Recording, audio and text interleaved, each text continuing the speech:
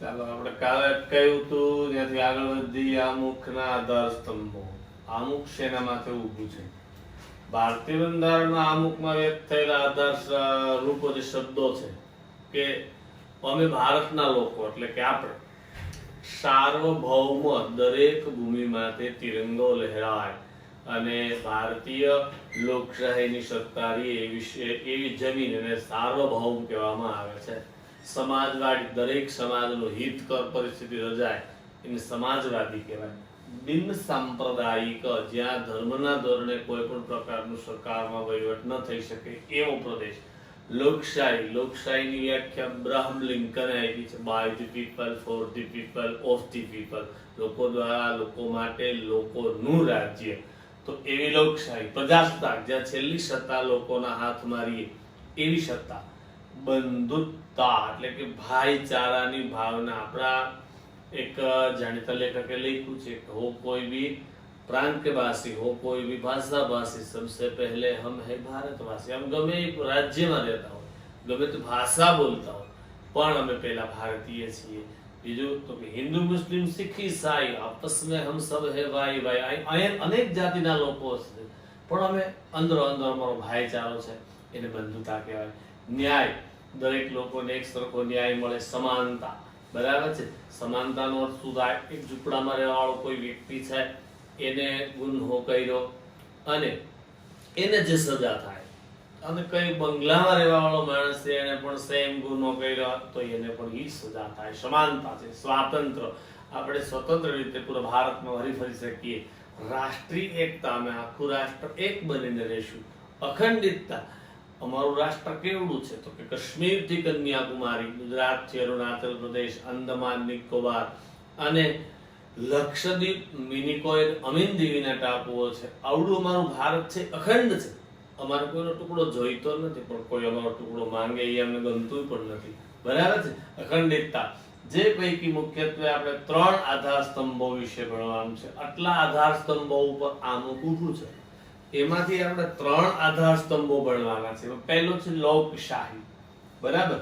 ભારતના બંધારણમાં ભારતના લોકોને આખરી સાર્વભૌમ સત્તા આપવામાં આવે છે. આખરી એટલે છેલ્લી. બરાબર છે. જો લોકશાહીના પ્રકાર આપણે વિચારીએ તો 2: સંસદીય લોકશાહી અને પ્રમુખશાહી લોકશાહી. પ્રમુખશાહી લોકશાહીની અંદર છેલ્લી સત્તા પ્રમુખ પાસે હોય છે અને સંસદીય લોકશાહીમાં છેલ્લી સત્તા લોકો પાસે હોય છે. એટલે શું? લોકો પાસે એટલે આપણી પાસે આપણે ક્યાં દિલ્હી જઈએ છીએ, પરંતુ આપણે દરેક વિસ્તાર વાઇઝ અહીંથી સંસદ સભ્ય ચૂંટીને મોકલીએ છીએ. એ આપણું પ્રતિનિધિત્વ કરે છે અને લોકસભામાં બેસી અને છેલ્લી સત્તા એની પાસે હોય. એટલે લોકો પાસે કોઈ એક વ્યક્તિ કે વર્ગનું શાસન અહીં નથી. એક વ્યક્તિ અગાઉના જમાનામાં રાજા હતા તો છેલ્લી સત્તા એની પાસે, રાજા એની પાસે સત્તા હતી.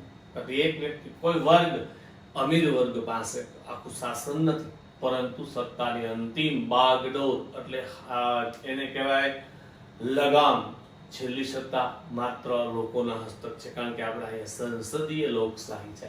હવે લોકશાહી શબ્દ છે એને ઇંગ્લિશમાં ડેમોક્રેસી કહેવાય. આ શબ્દ મૂળ ગ્રીક શબ્દ ડેમોસ એટલે લોકો અને ક્રશ એટલે સત્તા માંથી ઉતરી આવ્યો છે. બરાબર છે. રાજ્ય સત્તા અમુક વ્યક્તિઓના હાથમાં નિરંકુશ રૂપે સ્થાપિત થયેલ નથી. આપણા રાજ્યની સત્તા કોઈ ખાસ વ્યક્તિના અંકુશ વગર એટલે મર્યાદા વગરની સત્તા નથી, પરંતુ લોકોના હાથમાં છે. આજે આપણા સંસદ ભવનમાં, લોકસભામાં જે બેસે છે, બહુમતીથી નિર્ણય થાય છે, એ જ સાચો હોય છે અને લોકોના હાથમાં છે. લોકશાહી એવી રાજ્ય વ્યવસ્થા કે જેમાં દેશના લોકો સામાજિક એટલે સમાજની, આર્થિક એટલે નાણાકીય, રાજકીય એટલે રાજકારણની તમામ બાબતોમાં ન્યાય મેળવી શકતા હોય છે અને રાજ્ય વ્યવસ્થામાં ભાગ લેવાનો અધિકાર ધરાવતા હોય છે.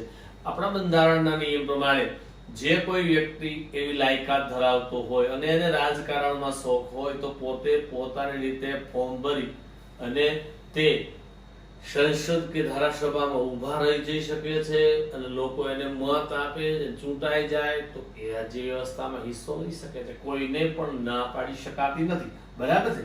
ભારતના બંધારણમાં સાર્વત્રિક પુખ્ત વયે મતાધિકારને ધોરણે મતદારોએ ચૂંટેલા પોતાના પ્રતિનિધિઓ દ્વારા રચાતી સંસદ, લોકસભા અને કારોબારી પ્રધાનમંડળ અને વહીવટી તંત્ર ને જવાબદાર હોય છે. હવે જો ભારતના બંધારણમાં સાર્વત્રિક એટલે આખા ભારતમાં દરેક જગ્યાએ, કાશ્મીરથી કન્યાકુમારી, ગુજરાતથી અરુણાચલ પ્રદેશ, આંદામાન નિકોબાર, લક્ષદ્વીપ, અમીનદીવ અને મિનિકોયના ટાપુ, દરેક જગ્યાએ 18 વર્ષ પછી જ મતાધિકાર મળે છે. કોઈ જગ્યાએ એનાથી નીચી ઉંમરે મતાધિકાર મળતો નથી. આવા પુખ્ત હોય, શા માટે પુખ્ત વય શબ્દ લખ્યો છે? તો એનું કારણ એ છે કે માણસની ઉંમર જ્યારે 18 વર્ષ થાય ત્યારે એના મગજની અંદર ટોટલ બાબતની એને ખબર પડતી હોય છે. કારણ કે આપણા શરીરનું જે લોહી છે એની ગતિવિધિ છે એ પૂર્ણ થઈ ગઈ હોય છે. આપણા મગજનો સંપૂર્ણપણે વિકાસ થઈ ગયો હોય છે. શું સારું છે, શું ખરાબ છે એ આપણે ઓળખી શકીએ છીએ. એટલે 18 વર્ષને પુખ્ત ઉંમર કીધી છે. બરાબર? આપણા મનોવૈજ્ઞાનિકો અને સાયન્ટિસ્ટો એવું કહે છે કે 18 વર્ષે છે એને બધી ખબર પડે છે, કોઈના દોરાવાથી દોરાઈ જતો નથી, એટલે 18 વર્ષને પુખ્ત વય કીધી છે. બરાબર છે? એવા પુખ્ત વયના મતદારો ભેગા મળી અને ચૂંટેલ જે માણસને ચૂંટણીમાં મત આપે છે અને બહુમત સાબિત થાય છે એવા પ્રતિનિધિઓ દ્વારા રચાઈને લોકસભા કહેવામાં આવે છે. આ લોકસભાની અંદરથી કારોબારી વહીવટી એકમ ઊભું કરવા પ્રધાનમંડળ કેને કહીશું, જે લોકોને ખાતું મળે એને પ્રધાન કહેવાય, ન મળે એને સંસદ સભ્ય કહેવાય. પ્રધાનમંડળ અને વહીવટી તંત્ર આમાંથી જવાબદાર, આ બધી જ વસ્તુ બને છે એ જવાબદાર છે સંસદને. બરાબર છે? કોઈ ગેરવર્તણૂક ભર્યું કાર્ય કરી શકે નહીં, માત્ર જવાબદારીપૂર્વકનું કામ કરી શકે. કારોબારીને અબાધિત સત્તા નથી, બંધન વગરની કોઈ નિરંકુશ સત્તા કારોબારીને નથી આવી. તેને નિયત સમય મર્યાદા સુધી સત્તાનું સુકાન સોંપાય છે. આપણે ભારતની અંદર લોકસભાના સંસદ સભ્ય હોય એને 5 વર્ષની સત્તા સોંપવામાં આવે છે. સત્તાનું સુકાન એટલે નેતૃત્વ. બરાબર? 5 વર્ષ. તે જ પ્રમાણે રાજ્ય અને સ્થાનિક કક્ષાએ મતદારો સરકારને ચૂંટી કાઢે છે. જે પ્રમાણે લોકસભામાં ચૂંટણી થાય છે એ જ પ્રમાણે રાજ્ય લેવલે, એ જ પ્રમાણે જિલ્લા લેવલે, સ્થાનિક કક્ષાએ ગ્રામ પંચાયત, નગર પંચાયત, મહાનગરપાલિકા, જિલ્લા પંચાયત ને તાલુકા પંચાયત, આ બધી વસ્તુઓ સ્થાનિક કક્ષાએ કહેવાય. જ્યાં પણ એ જ રીતે મતદારો સરકારને ચૂંટે છે. આમ લોકશાહી રાજ્ય એટલે લોકોનું, લોકો વડે અને લોકો માટે ચાલતું રાજ્ય છે. આવી સાચી સત્તા લોકોના પ્રતિનિધિઓને બનેલા પ્રધાનમંડળમાં સ્થાપિત થયેલી લોકોએ જે ચૂંટેલા સંસદ સભ્યો છે એને ખાતું આપવામાં આવે છે અને પ્રધાનમંડળ દ્વારા એને સાચી સત્તા મળે છે. પ્રધાનમંડળની રચના સંસદમાંથી જ કરવામાં આવે. જે સંસદમાં ચૂંટાયેલા બહુમત સભ્ય પક્ષના સદસ્ય હોય એને ખાતું આપવામાં આવે છે. પ્રધાનમંડળ સંસદને જવાબદાર હોય છે. જે પ્રધાનમંડળ છે એ જે કાંઈ કાર્ય કરે એ સંસદની જવાબદારીને ધ્યાનમાં રાખીને કરે છે. બરાબર છે? આમ ભારત પ્રજાસત્તાક રાજ્ય એટલા માટે છે કે ભારત કોઈ પણ નાગરિક બંધારણના નિર્ધારિત કરેલ લાયકાત ધરાવતો હોય તે વ્યક્તિ સાર્વત્રિક પુખ્ત વયે મતાધિકારી ચૂંટાઈ આવે છે. આપણે અહીંયા પ્રજાસત્તાક એટલા માટે છે કે જો આપણી લાયકાત બંધારણમાં જણાવેલા પ્રમાણે ઉંમર અને મર્યાદાઓ જે છે એવી હોય પણ ચૂંટણીમાં ઉભા રહી અને પુખ્ત વયના નાગરિક આપણને ચૂંટી કાઢે તો આપણે સંસદમાં કે ધારાસભામાં જઈ શકીએ છીએ. તે કોઈ પણ વંશ પરંપરાગત વારસાને આધીન આ પદ પ્રાપ્ત કરી શકતો નથી. વંશ પરંપરાગત અગાઉના જમાનામાં રાજાનો દીકરો રાજા થતો હતો. આજે સંસદ સભ્યનો દીકરો કે પ્રધાનનો દીકરો પાછો પોતાના પિતાનું પદ મેળવી શકતો નથી અથવા મેળવી પણ શકે છે. કેવી રીતે? કે પ્રધાનનો દીકરો હોય કે સંસદ સભ્યનો દીકરો હોય એ પોતે પોતાની પુખ્ત ઉંમરે લાયકાતના ધોરણે ફોર્મ ભરે અને મતદારો એને મત આપે ને ચૂંટાઈ જાય તો એ બની પણ શકે છે. બરાબર? પણ ફરજિયાત નથી કે વંશ પરંપરાગત રાજ્ય કે આપણા મુખ્યમંત્રીનો દીકરો જ મુખ્યમંત્રી થાય, આપણો પ્રધાનનો દીકરો પ્રધાન થાય એવું ફરજિયાત છે નહીં. બરાબર છે? એટલે વંશ પરંપરાગત શાસન પ્રાપ્ત કરી શકતો નથી. 5 વર્ષ સુધી તેમ સામાન્યતઃ સત્તા ઉપર રહી શકે. આપણે બંધારણમાં જણાવ્યા પ્રમાણે 5 વર્ષ એની પાસે સત્તા રહે છે. બરાબર? સંસદીય સરકાર સંયુક્ત જવાબદારીના સિદ્ધાંત પર કામ કરે છે. તેને જવાબદાર સરકાર પણ કહેવાય છે. જે સંસદીય સરકાર છે એ સંયુક્ત જવાબદારીના સિદ્ધાંત ઉપર કામ કરે છે. એટલે શું? બરાબર? સંયુક્ત જવાબદારી કેને કહેવાય? દાખલા તરીકે આપણા સ્કૂલમાં ક્લાસરૂમની અંદર કોઈ એક વિદ્યાર્થી છે એ તોફાન કરે તો એ એક જ વિદ્યાર્થીને પનિશ કરવામાં આવે, એને સજા થાય છે. બાકીના વિદ્યાર્થીઓએ સજા થઈ શકતી નથી. એવું નથી કે એક વ્યક્તિ તોફાન કરે 40 નો વર્ગ હોય 40 ને સજા મળે, એવું હોઈ શકતું નથી. પરંતુ આપણી સંસદમાં એમ કરવામાં આવે છે, કોઈ એક પ્રધાન ભૂલ કરે તો સંયુક્ત જવાબદારીના સિદ્ધાંત પ્રમાણે આખા પ્રધાનમંડળને રાજીનામું દેવું પડે.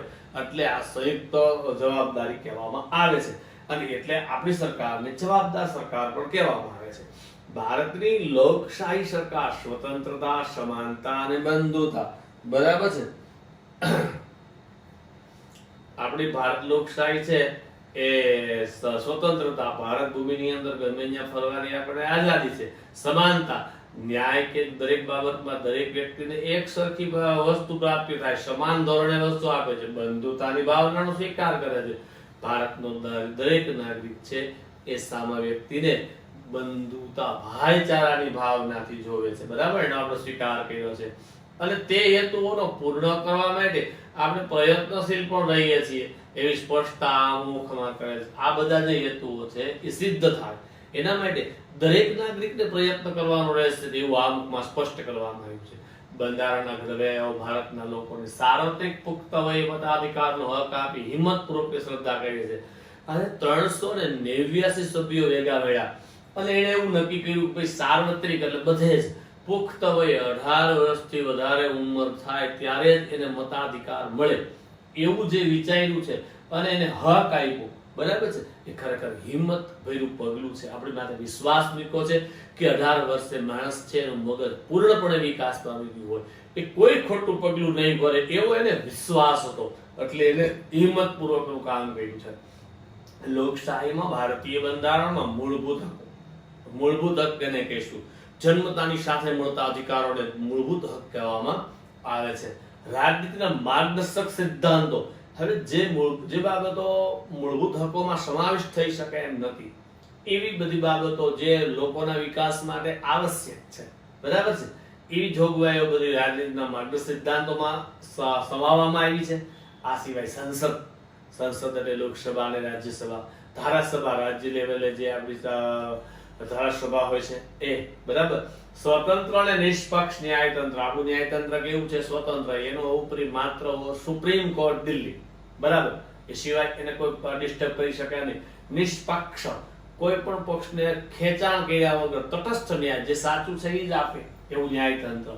અને ચૂંટણી પંચ એ સ્વાયત્ત છે, એની માથે કોઈ ઉપલો અધિકારી, બીજો કોઈ રાજકીય ક્ષેત્રનો માણસ એમાં કઈ દખલગીરી કરી શકે નહીં. એના નિર્ણયો સચોટ હોય છે. એ ચૂંટણી પંચની રચના અને એના કાર્યો, એને શું શું કરવાનું છે વગેરેની જોગવાઈ ભારતને લોકશાહી રાજ્ય તરીકે ઘોષિત કરે. આ બધી વ્યવસ્થાઓ બંધારણમાં જણાવી છે અને માટે ભારતને લોકશાહી રાજ્ય કહી શકાય છે, બરાબર.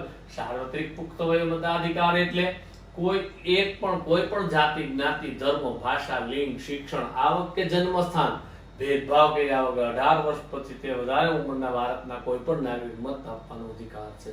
મત આપવા માટે કોઈ પણ પ્રકારનો ભેદભાવ ગવર્મેન્ટ એવું ન કહી શકે કે ભાઈ આ જાતિના તમે નથી, તમે મત ન આપી શકો, કે તમારી જ્ઞાતિ આ નથી તો તમે આ મત નહીં આપી શકો, તમે આ ધર્મના છો તો તમે મતાધિકારથી વંચિત, તમને મતાધિકાર મળશે નહીં. ભાષા, તમે આ ભાષા નથી બોલતા તો તમને મત આપવાનો અધિકાર નથી, એવું ન કહી શકાય. લિંગ, તમે સ્ત્રી છો માટે મતદાન નહીં કરી શકો, તમે પુરુષ છો માટે મતદાન નહીં કરી, એવું પણ ન કહી શકાય. તમે એટલું ભણ્યા નથી તો તમે મતાધિકાર નથી, તો એવું પણ ન કહી શકાય. તમારી આવક આટલી નથી અને માટે તમે મતાધિકાર નહીં ભોગવી શકો, એવું ન કહી શકાય. જન્મસ્થાન, કે તમારું જન્મસ્થાન આ રાજ્યમાં છે માટે તમે મતદાન નહીં મેળવી શકો, તો એવું ન કહી શકાય. ભારતની ભૂમિની અંદર ગમે ત્યાં રહેતા હોય, ગમે ત્યાં જન્મ હોય, ગમે એટલી આવક હોય, ગરીબ હોય, અમીર હોય કે મધ્યમ વર્ગનો હોય, ભણેલ હોય કે અભણ હોય, સ્ત્રી હોય કે પુરુષ હોય, બરાબર. ભાષા ગમે તે બોલતો હોય, આપણા બંધારણે માન્યતા પ્રાપ્ત ભાષા 22 છે, બરાબર. કોઈ પણ ભાષા બોલતો હોય, પોતાની સ્થાનિક ભાષા બોલતો હોય તો એને મતાધિકાર મળે છે, બરાબર છે. કોઈ પણ ધર્મ, ભારતમાં જગતના મુખ્ય તમામ ધર્મો પાળવામાં આવે છે. કોઈ પણ ધર્મ પાળતો હોય, ગમે તે જ્ઞાતિનો હોય, ગમે તે જાતિનો હોય, પણ જો એના 18 વર્ષ કે તેથી વધારે ઉંમર ધરાવતો હોય તો એ નાગરિકને મતાધિકાર આપેલો છે. પણ આમાં એક મર્યાદા છે, જો કે મતદાર યાદીમાં નાગરિકના નામની નોંધણી આવશ્યક છે. મત આપવા માટે મતદાર યાદીમાં નામ હોવું જરૂરી છે, તો જ મત આપી શકાય. આ એની મર્યાદા કહેવામાં આવે છે. હવે આનો બીજો આપણે સ્તંભ જોઈએ, સમાજવાદી. ભારતમાં 1976માં કટોકટી શાસન દરમિયાન બંધારણમાં 42માં સુધારામાં આમુખમાં સમાજવાદી શબ્દ ઉમેરવામાં આવ્યો. 1976 ની સાલ હતી, કટોકટીનું શાસન હતું. બેટા કટોકટી શબ્દ આપણે અહીંયા એની વિભાવના નહીં કરીએ. 9મા પાઠમાં આનો ટોપિક આવશે, અથવા નેક્સ્ટ ટોપિકમાં આનો ટોપિક આવશે ને ત્યારે આપણે એને ભણશું. અત્યારે કટોકટી એટલું સમજશું, બરાબર. બંધારણમાં 42મો સુધારો થયો, એમાં સમાજવાદી શબ્દ. દરેક સમાજને હિતકર હોય એવી વૃત્તિ અને સમાજવાદી પ્રવૃત્તિ કહેવામાં આવે છે. ભારતીય બંધારણની મોટા ભાગની જોગવાઈ પ્રત્યક્ષ કે પરોક્ષ રૂપે સામાજિક ક્રાંતિ દ્વારા સામાજિક અને આર્થિક સમાનતા સાધી કલ્યાણ રાજ્ય સ્થાપવાનો મૂળ હેતુ રહેલો છે. ભારતના બંધારણમાં એવી જોગવાઈ છે કે પ્રત્યક્ષ એટલે ડાયરેક્ટ, પરોક્ષ એટલે નાદ્વાર સામાજિક ક્રાંતિ, નવા સમાજમાં નવા વિચારોને ઉદ્ભવવા, અને સામાજિક અને આર્થિક એની સાથે નાણાકીય બાબતો, એની સમાનતા, બે વસ્તુને સમાન બનાવી અને ભારતને કલ્યાણ રાજ્ય બનાવવાનો હેતુ. કલ્યાણ રાજ્ય, બહુજન હિતાય, બહુજન લાભાય, બરાબર છે, એવા પ્રકારનું રાજ્ય સ્થાપવાનો મૂળ ઉદ્દેશ છે. આમુખમાં તમામ નાગરિકોને સામાજિક એટલે સમાજની, રાજકીય અને રાજકારણની, પછી તો કે આર્થિક અને ન્યાય, આર્થિક એટલે નાણાકીય બાબત, ન્યાય અને સમાનતા પ્રાપ્ત થાય તેવી સમાજવાદી વિચારસરણી ધરાવતી સમાજ રચના સ્થાપવાનું ધ્યેય રાજનીતિના માર્ગ સિદ્ધાંતોમાં આપવામાં આવ્યું છે. દરેક નાગરિકને સમાજની રીતે, નાણાકીય રીતે, રાજકીય રીતે, ન્યાયની રીતે, સમાનતાના ધોરણે, બરાબર છે, અને સમાજવાદી દરેક સમાજનું હિત થાય એવી સમાજ રચના સ્થાપવાનો આપણો હેતુ છે. અને એ હેતુ શેમાં આપ્યું છે, જે શેમાં આપ્યું છે, રાજનીતિના માર્ગદર્શક સિદ્ધાંતો છે, જે 9મો પાઠ છે આપણો, એમાં ભણવાનું છે, બરાબર છે. સમાજવાદી સમાજ રચના, રાષ્ટ્રીય સંસાધનોની ન્યાયયુક્ત વહેંચણી. સમાજવાદી સમાજ રચના છે એમ પેલું છે, રાષ્ટ્રીય સંસાધનોની ન્યાયયુક્ત વહેંચણી. આપણું જે દેશનું સંસાધન છે એનું આપણે વહેંચણી, એની ફાળવણી કેવી રીતે કરવાની, ન્યાયયુક્ત, દરેક લોકોને લાભ મળે.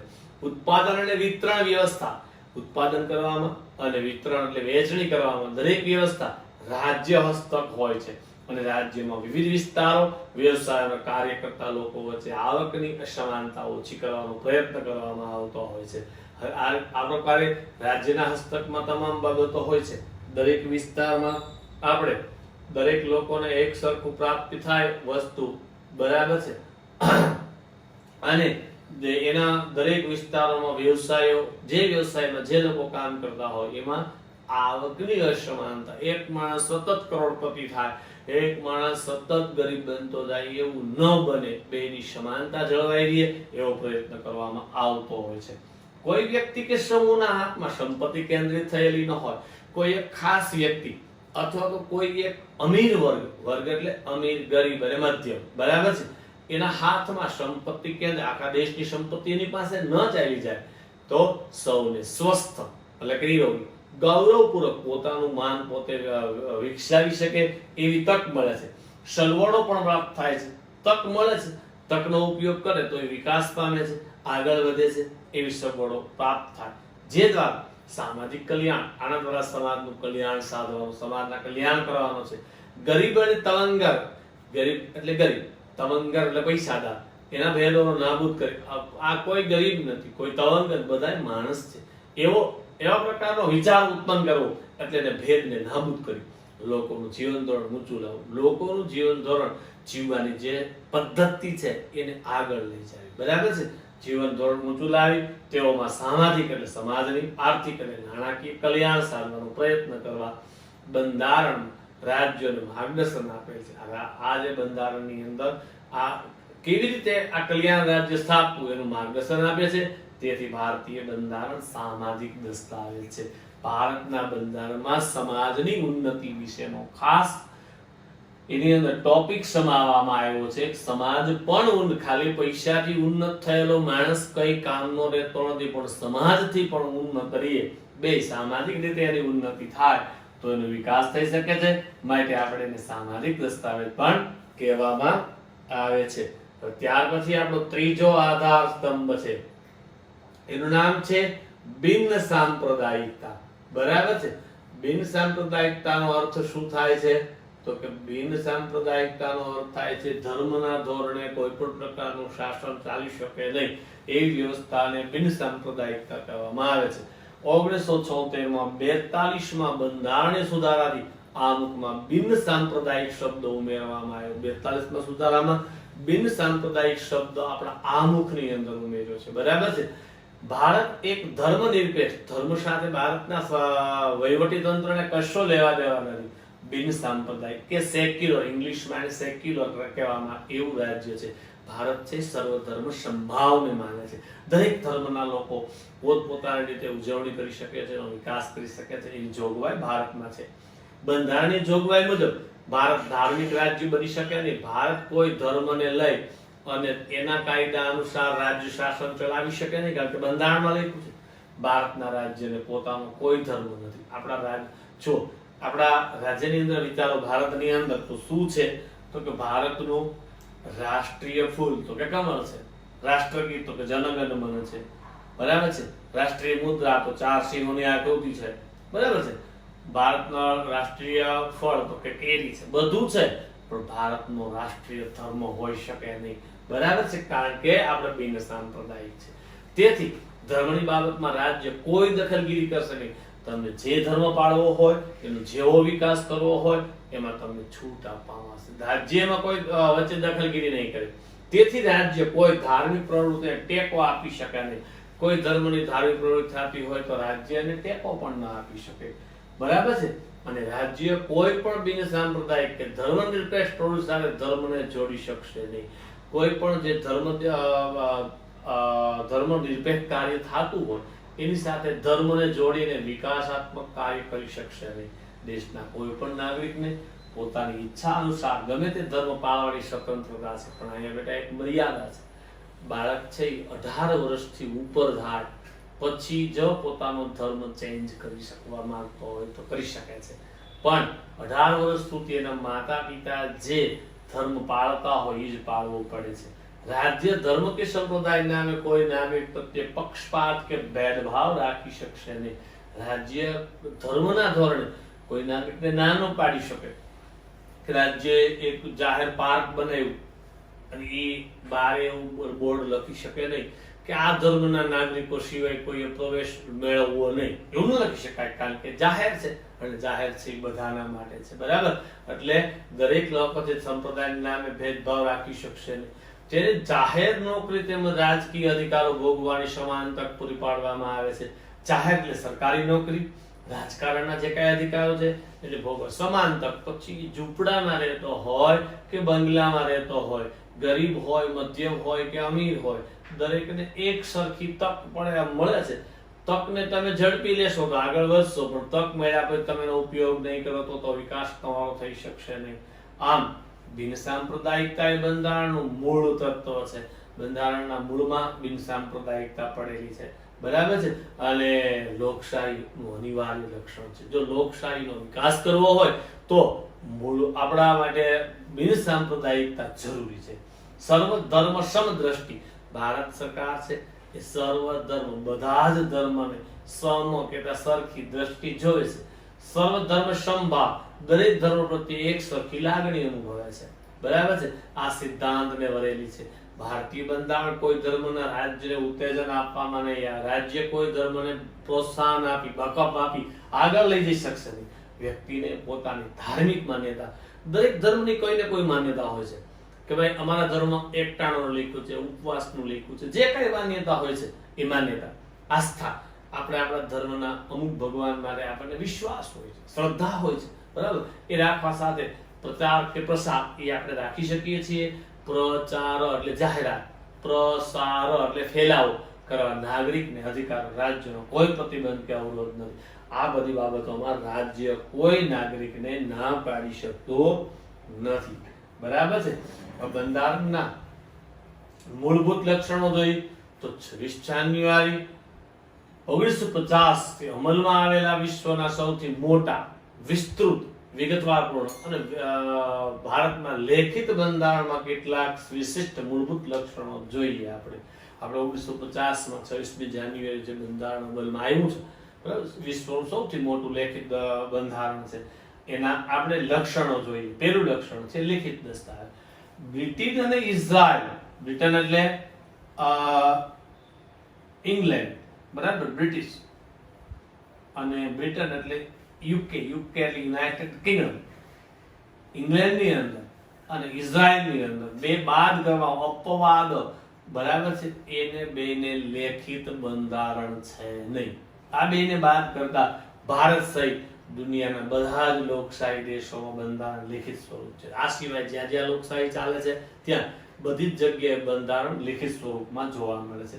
ભારતની સામાજિક એટલે સમાજની ભૌગોલિક બહુવિધ પરિસ્થિતિ, ભારતના અંદર ઘણા બધા સમાજો સમાવિષ્ટ છે. ભૌગોલિક, કાશ્મીરમાં બરફ પડે, બરાબર, પછી રાજસ્થાનમાં ગરમી પડે, મેઘાલયમાં વરસાદ વધારે થાય, આપણા પંજાબથી શરૂ કરીને અસમ સુધી મેદાની પ્રદેશ છે, કિનારાના મેદાનો આવેલા છે, ઉચ્ચ પ્રદેશો આવેલા છે, પર્વતીય વિસ્તારો આવેલા, ભૌગોલિક બહુવિધ પરિસ્થિતિ. પૂર્વ ઇતિહાસ, આપણે આ લોકશાહી પહેલા અહીંયા રાજાશાહી હતી, એટલે પૂર્વ ઇતિહાસને ધ્યાને લઈ બંધારણ સભાએ બંધારણ લેખિત સ્વરૂપ રાખવાનું મુનાસિબ એટલે યોગ્ય માન્યું હતું કે ભાઈ આવી પરિસ્થિતિમાંથી આપણે પસાર થઈને આવ્યા છીએ તો આપણું બંધારણ જો લેખિત સ્વરૂપનું હોય છે તો અને તો જ આપણો દેશ વધારે પ્રગતિકારક બનશે. બરાબર છે. હવે એનું બીજું લક્ષણ છે બંધારણનું કદ. બરાબર છે. બંધારણનું 22 ભાગોમાં વહેંચાયેલું છે. બંધારણમાં ટોટલ કેટલા વિભાગો છે? 22. એને 395 અનુચ્છેદો છે, એને આર્ટિકલ કહેવામાં આવે છે. 8 પરિશિષ્ટો. આ અનુચ્છેદોની અંદર કોઈ વસ્તુ સમજાય નહીં એવા શબ્દો હોય તો પરિશિષ્ટમાં આપેલા હોય. 8 પરિશિષ્ટો. અત્યારે એમાં વધારો કરીને 12 પરિશિષ્ટો બનાવેલા છે. ન સમજાય એવા શબ્દો, વિચારો છે એમાં મળે છે. આ બંધારણમાં કેન્દ્ર અને રાજ્યની શાસન વ્યવસ્થા, કેન્દ્ર સરકાર કેમ શાસન ચલાવવાનું છે, રાજ્ય સરકારે કેમ શાસન ચલાવવાનું છે, તેમના આંતર સંબંધો એટલે રાજ્ય સરકાર અને કેન્દ્ર સરકાર વચ્ચેના સંબંધો, લોકોના મૂળભૂત હકો, જન્મતાની સાથે જે અધિકાર મળે છે ને મૂળભૂત અધિકાર કહેવામાં આવે છે, એમાં મૂળભૂત હકો. ફરજો, જે આપણે જો હક જોઈતો હોય આપણા રાજ્ય વ્યવસ્થા પાસેથી તો આપણે આપણી ફરજો બજાવવી પડે છે. આ સિવાય રાજ્ય નીતિના માર્ગદર્શક સિદ્ધાંતો, રાજ્ય કેવી રીતે ચલાવવું એના માર્ગદર્શન આપતા સિદ્ધાંતો, ન્યાયતંત્ર, ચૂંટણી પંચ, સ્થાનિક સ્વરાજ્યની સંસ્થાઓ, ગ્રામ પંચાયત, નગર પંચાયત, મહાનગરપાલિકા, તાલુકા પંચાયત, જિલ્લા પંચાયત, આ બધી આપણે સ્થાનિક સ્વરાજ્યની સંસ્થાઓ છે. બરાબર. એ સિવાય લઘુમતી. હવે લઘુમતી શબ્દનો બંધારણમાં કોઈ સ્પષ્ટીકરણ નથી કર્યું. બરાબર છે. પણ લઘુમતી કેશું કરે તો કે મુખ્ય પ્રવાહ કોઈ પણ બાબતનો હોય એના 50% કરતા ઓછી સંખ્યા ધરાવનાર લોકોને લઘુમતી કહેવાય. દાખલા તરીકે ધર્મના ધોરણે તો આપણો ભારતનો મુખ્ય ધર્મ હિન્દુ છે. એ હિન્દુ ધર્મ એના કરતા 50% કરતા ઓછી સંખ્યા ધરાવતા તમામ ધર્મ લઘુમતીમાં આવશે. બરાબર. ભાષા. બરાબર છે. તો ભાષા આપણે સૌથી વધારે ભાષા બોલાય છે હિન્દી. હિન્દીની સાપેક્ષે આપણે ઉર્દુનો વિચાર કરીએ તો ઉર્દુ છે એ લઘુમતીમાં આવે છે, કારણ કે એની સંખ્યા, બોલવાવાળી સંખ્યા 50% કરતા ઓછી છે. પછાત અને વંચિત સમૂહો, જે આપણા મુખ્ય વિકાસના પ્રવાહમાં પછવાડે રહી ગયા છે, આવકની ધોરણે, દરજ્જાને ધોરણે, સ્ટેટસના ધોરણે, એવા પછાત વંચિત સમૂહો, જે સમૂહને આ વસ્તુ પ્રાપ્ય જ નથી, જે અડાબીડ જંગલમાં રહે છે, અને એવા વંચિત સમૂહો, એના માટે ખાસ જોગવાઈ, એના માટે એક અલગ વ્યવસ્થા કરવામાં આવી છે. અને તેથી આપણું બંધારણ દુનિયામાં અન્ય બંધારણ કરતા લાંબુ છે, વિસ્તૃત છે અને વિશદ એટલે વિગતવાર પૂર્ણ ટોપિક બાય ટોપિક લખેલું છે. કારણ કે આપણા બંધારણમાં આટલા બધા સિદ્ધાંતોને સમાવેલ છે, માટે આપણે અહીંયા વિશદપૂર્વક શબ્દ મૂક્યો છે. બરાબર છે. એટલે ત્રીજું છે તો કે એક જ નાગરિકત્વ. અમેરિકા જેવા દેશમાં દરેક વ્યક્તિને બેવડું એટલે ડબલ નાગરિકત્વ ધરાવે છે. બરાબર.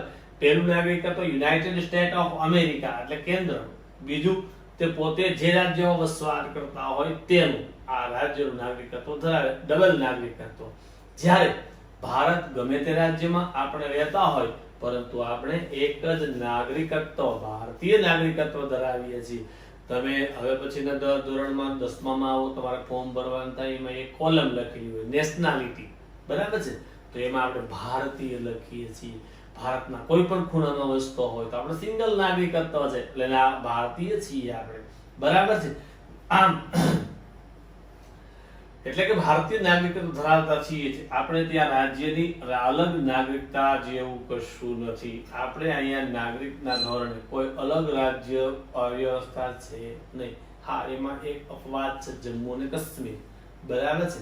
જમ્મુ કાશ્મીરમાં ડબલ નાગરિકત્વ છે. આ સિવાય આપણે ક્યાંય ડબલ નાગરિકત્વ નથી. તો તમને એવો વિચાર આવશે કે હવે તો જમ્મુ અને કાશ્મીર છે એ કેન્દ્ર શાસિત પ્રદેશ ઘોષિત થઈ ગયા છે. પણ જ્યાં સુધી બેટા ચોપડીમાં ફેરફાર ન આવે ત્યાં સુધી આપણે જમ્મુ કાશ્મીરને ડબલ નાગરિકત્વ વાળું સમજવાનું રહેશે, બરાબર છે? કારણ કે આપણા જે નિષ્ણાંતો છે એ ટેક્સ્ટ બુકને માન આપે છે, અને એટલા માટે આપણે ટેક્સ્ટ બુકમાં 29 રાજ્યો ભણવાના હોય છે, બરાબર? પછી મજબૂત કેન્દ્ર વાળું સમવાય તંત્ર. આપણું કેન્દ્ર કેવું છે તો કે મજબૂત. ભારતના બંધારણમાં ક્યાંય સમવાય એટલે કે ફેડરલ શબ્દ વાપરેલો નથી. બંધારણમાં ભારતને રાજ્યોનો બનેલો સંઘ, યુનિયન ઓફ સ્ટેટ્સ લખેલું છે. ભારતમાં સંઘ સરકાર કદે. સંઘ એટલે શું તો કે સંઘ એટલે ભેગા થયેલા લોકો, ટોળું, એટલે સંઘ કહેવામાં. આવો શબ્દ તમે સાંભળ્યો હોય. યાત્રા પ્રવાસની બસ ભાઈબીજ આવવા માટે જાતી હોય તો ઘણા લોકો એવી ચર્ચા કરતા હોય કે ભાઈ સંઘ હારો હોય તો અમારે જવાની ઈચ્છા છે. સંઘ એટલે સથવારો, બરાબર છે? જે નોખું ન પડી શકાય એવી વ્યવસ્થા. એટલે અહીંયા ભારતમાં રાજ્યોનો બનેલો સંઘ છે. ભારતનું કોઈ પણ રાજ્ય ભારતથી અલગ થવાનો વિચાર સુદ્ધા કરી શકે નહીં, એટલે યુનિયન ઓફ સ્ટેટ્સ કહેવામાં આવે છે. આમ ભારત સંઘીય રાજ્ય છે. સંઘ શબ્દ દ્વારા ભારતમાં સંઘ અને એકમ રાજ્ય વચ્ચે ક્યારેય પણ બદલી શકાય નહીં તેવા કાયમી સંબંધોને લેખિત સ્વરૂપ બંધારણમાં સ્પષ્ટ કરવામાં આવી છે. કોઈ પણ જગ્યાએ કોઈ પણ રાજ્ય એવું ઘોષિત ન કરી શકે કે અમે ભારતમાં રહેવા માંગતા નથી, અમારે આઝાદી જોઈએ છે, એવું કહી શકાય. હા, બહુ મોટું રાજ્ય હોય તો એના 2 ટુકડા કરીને 2 રાજ્યો બનાવી શકાય છે, પણ રાજ્ય કોઈની ભારતથી સ્વતંત્ર થવાનો વિચાર સુદ્ધા કરી શકે નહીં, કારણ કે બંધારણમાં એની સ્પષ્ટતા કરી છે. એકમ રાજ્યોને કેન્દ્રથી છૂટા પાડવાનો અધિકાર નથી, બરાબર? કોઈ એકમ રાજ્ય કેન્દ્રમાંથી છૂટું ન પડી શકે. સંઘ સરકારે કેટલીક વિશેષ એટલે વધારાની ચડિયાતી સત્તાઓ આપવામાં આવી છે. રાજ્ય સરકાર કરતા કેન્દ્ર સરકારને અમુક વધારાની સત્તાઓ, કારણ કે કેન્દ્રમાં રહી આખા 29 રાજ્યોનો એને તાલમેલ કરવાનો હોય છે, એટલે વિશેષ વધારાની સત્તાઓ આપવામાં આવી છે. કેન્દ્ર સરકાર અને પ્રાદેશિક રાજ્ય સરકારો વચ્ચે સત્તાની સ્પષ્ટ વહેંચણી કરવામાં આવી છે. આ કેન્દ્ર સરકારને આટલી સત્તાઓ ભોગવવાની છે, રાજ્ય સરકારને આટલી સત્તાઓ ભોગવવાની છે, એની સ્પષ્ટીકરણ બંધારણમાં આપણને આપ્યું છે, જેથી રાજ્ય સરકાર પોતાના પ્રદેશ પર પોતાના કાર્યક્ષેત્ર અનુસંધાને પોતાનો કાયદો ઘડી શકે છે. જે બાબતમાં એને સત્તા આપવામાં આવી છે એની અંદર રાજ્ય પોતાની રીતે પોતાનો કાયદો ઘડી શકે છે. કેન્દ્ર અને રાજ્યો વચ્ચે સત્તાના વિભાજન થકી બંધારણમાં બક્ષવામાં આવે સત્તા ભોગવે છે. કેન્દ્ર સરકારને રાજ્ય સરકારને નોખા વિસ્તારો, નોખી બાબતો આપેલી છે. એમાં આપેલા જે વિભાજન કરેલું નોખું બાયડું છે એ પ્રમાણે બંધારણમાં સત્તાઓ જે આપી છે એ રાજ્ય સરકાર ભોગવે છે.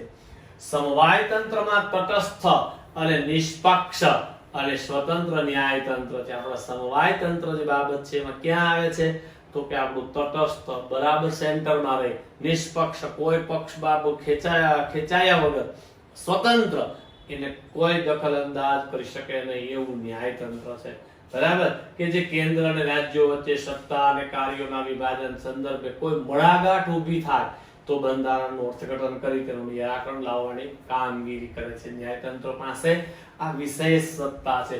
કોઈ બાબતની અંદર કેન્દ્ર અને રાજ્ય વચ્ચે સત્તા બાબતે મડાગાંઠ શબ્દ ગુજરાતીમાં શબ્દ પ્રયોગમાં આવે. મડાગાંઠ, મૃત્યુ સમયે કોઈ માણસ છે એને પગ 90° ખૂણે એક પગ વળી ગયો અને 2 કલાક થઈ ગઈ પછી સીધો ન થાય ત્યાંથી ભાંગવો પડે, એવી વસ્તુને મડાગાંઠ કહેવાય. તો અહીંયા કોઈ કાયદા વિશે કેન્દ્ર અને રાજ્ય વચ્ચે આવી મડાગાંઠ સર્જાય તો આ જે ન્યાયતંત્ર છે, સુપ્રીમ કોર્ટ છે, એ બંધારણનું અર્થઘટન કરે છે અને આવી મડાગાંઠનું સોલ્યુશન એટલે નિરાકરણ લાવવાની કામગીરી આપણું ન્યાયતંત્ર કરે છે.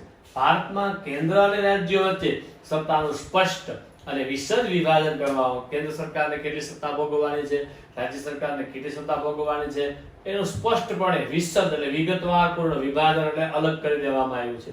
જે માટે 3 યાદી બંધારણમાં મૂકવામાં આવી છે. બંધારણની અંદર આના માટે 3 યાદીઓ બનાવવામાં આવી છે. આ દરેક લોકો છે એ કેન્દ્ર સરકાર, રાજ્ય સરકાર એટલે શું કરવાનું છે, કેટલી બાબતો છે કે એની પાસે, એના માટે 3 યાદી. આ 3 યાદી છે એ 2 માર્કના ક્વેશ્ચનમાં પૂછાય છે. બરાબર છે? એ 3 યાદી યાદ રાખી. પહેલું કેન્દ્ર સંઘ યાદી. સંઘ યાદીમાં કેટલા વિષયો સમાવેશ કર્યા છે તો કે 97. બરાબર છે? 97 વિષય ઉપર કાયદો કેન્દ્ર સરકાર ઘડી શકે.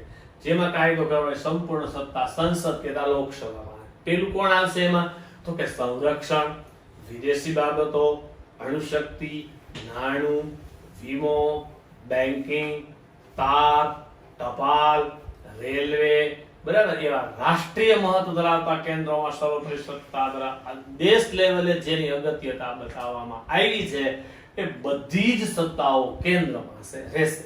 બરાબર? એમાં કેન્દ્ર સૌથી ઊંચી સત્તા ધરાવે છે. આ પહેલી યાદી છે. બરાબર છે? હવે બીજી યાદી જોઈએ, રાજ્યોની યાદી. એમાં 66 વિષયો સમાવેશ કર્યા છે. જેમના પર કાયદો ઘડવાની સંપૂર્ણ સત્તા રાજ્ય સરકારને હોય છે, એટલે કે ધારાસભા અથવા વિધાન ગૃહોને હોય છે. બરાબર?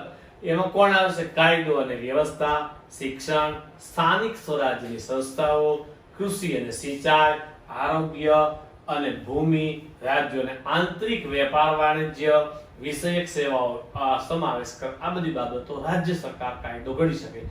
જો કેન્દ્રને લાગે કે રાજ્યમાં કાયદો અને વ્યવસ્થા પડી ભાંગ્યા છે તો રાજ્યની સંમતિ સાથે કે રાજ્યની મરજી વિરુદ્ધ જઈ કેન્દ્ર તે રાજ્યના કેન્દ્રિત અનામત દળો, પોલીસ મોકલી શકે છે. કોઈ વખતે કેન્દ્ર સરકારને એવું લાગે કે રાજ્ય સરકારમાં કોઈ રાજ્યની અંદર ફલાણા રાજ્યમાં કોઈ કાયદો અને વ્યવસ્થા જેવું કાંઈ છે જ નહીં, છળેચોક, ચોરી ચકારી, લૂંટફાટ થાય છે, એવું એને લાગે ત્યારે કાં તો રાજ્યને સંમતિ એટલે મંજૂરીથી એમાં પોતાની કેન્દ્ર સરકારની સત્તા અમલ કરે છે, એટલે કે આપણા રિઝર્વ પોલીસ દળ મિલિટરીને મોકલી શકે છે.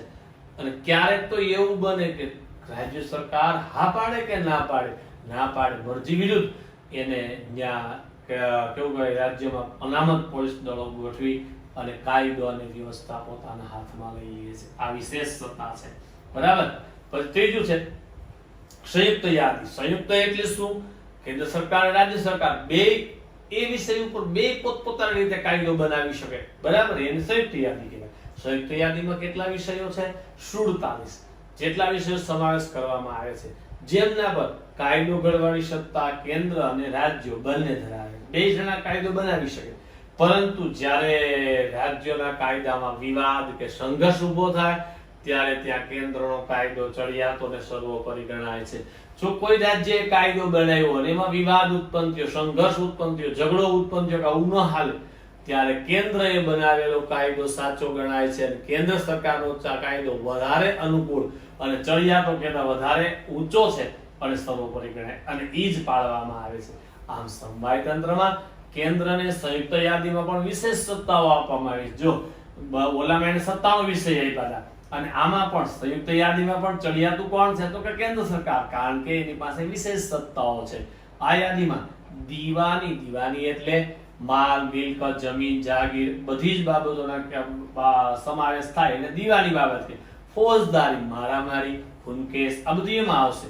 પછી તો કે લગ્ન, રજિસ્ટર મેરેજ, છૂટાછેડા, ભરણ પોષણ, કોઈ સ્ત્રી હોય એના પતિએ એને કાઢી મૂકી હોય અને છૂટાછેડા ન આપતો હોય તો એ સ્ત્રી ભરણ પોષણ, એને ગુજરાતી ભાષામાં ખાધા ખોરાકી કહેવાય છે, એ બાબત. પછી શિક્ષણ, આર્થિક આયોજન, નાણાકીય આયોજન, વ્યાપારી સંઘો નો સમાવેશ થાય છે. વ્યાપારી સંઘો કેને કહીશું?